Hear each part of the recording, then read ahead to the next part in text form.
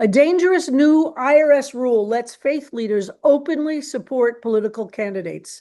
That's why Reverend Chloe Breyer and I wrote this op-ed published in the New York Daily News. The recent IRS filing allowing clergy to back political candidates from the pulpit without losing their organization's tax-exempt status has invited us to revisit the fundamentals, both the founding texts of our democracy and our sacred scriptures, on the relationship of faith and society.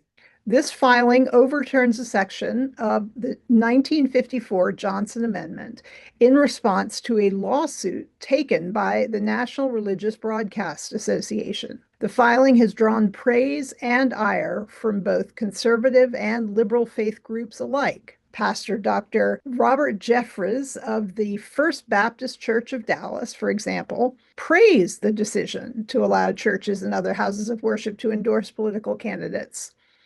Likewise, Doug Pagitt, a pastor and executive director of Vote Common Good, a progressive evangelical organization, wrote in a recent e-blast, "This is not the time for progressive faith leaders to sit on the sidelines. The legal barriers are gone. The research shows faith voters are accessible." The ruling, this line of thinking goes, allows more progressive and liberal faith communities to catch up with what conservative pastors have been doing for a long time. If you can't beat them, join them, as they say. In the short term, the Trump administration cannot count on this ruling only garnering more supporters among conservative faith-based communities. The decision is ripe for unintended consequences. Take New York City's own upcoming mayoral election. This IRS filing is just as likely to give an advantage to the first Muslim Democratic mayoral nominee, Zoran Mamdani, who could receive endorsements from mosques and mainline Jewish and Christian congregations, as it would be for the incumbent Eric Adams, whose Brooklyn-based, more conservative faith leader base has already heard him declaring his opposition to the separation of church and state. The short-term question of which party or candidate will benefit most immediately from this IRS ruling is overshadowed by the long-term impact. The likelihood of increased entanglement of religion and government in a way that infringes on the Establishment Clause of the First Amendment is a real one.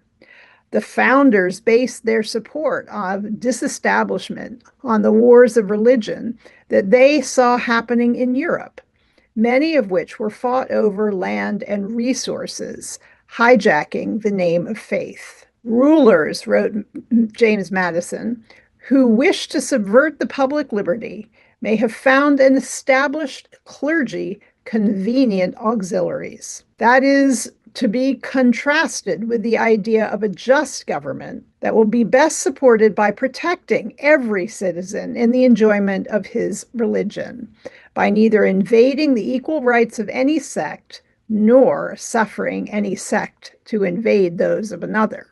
There is a risk of damaging the credibility of faith leaders more than any political candidate they might endorse. It may also diminish the vibrancy of faith communities of all kinds across the United States.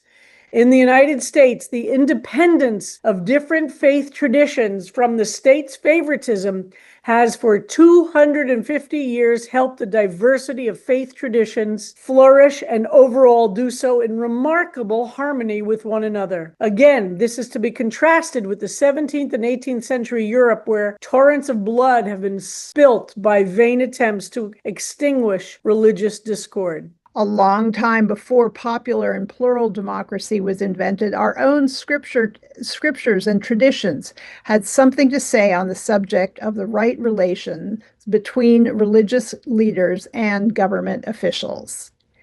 In Christianity, for example, Jesus says famously to the religious authorities in Jerusalem, trying to get him on record as fomenting dissent against the Roman emperor, Jesus says, "Give to Caesar the things that are Caesar's, and to God the things that are God's." In Judaism, the prophets like Isaiah, Nathan, Jeremiah, and Amos held the kings of Israel morally accountable before God and the people of Israel providing the original system of checks and balances. If the tax code won't take lessons from the time-tested genius of our country's founders when it comes to the relationship of religious leaders and government officials, we will have to rely on the ancient wisdom of our sacred traditions to do so instead.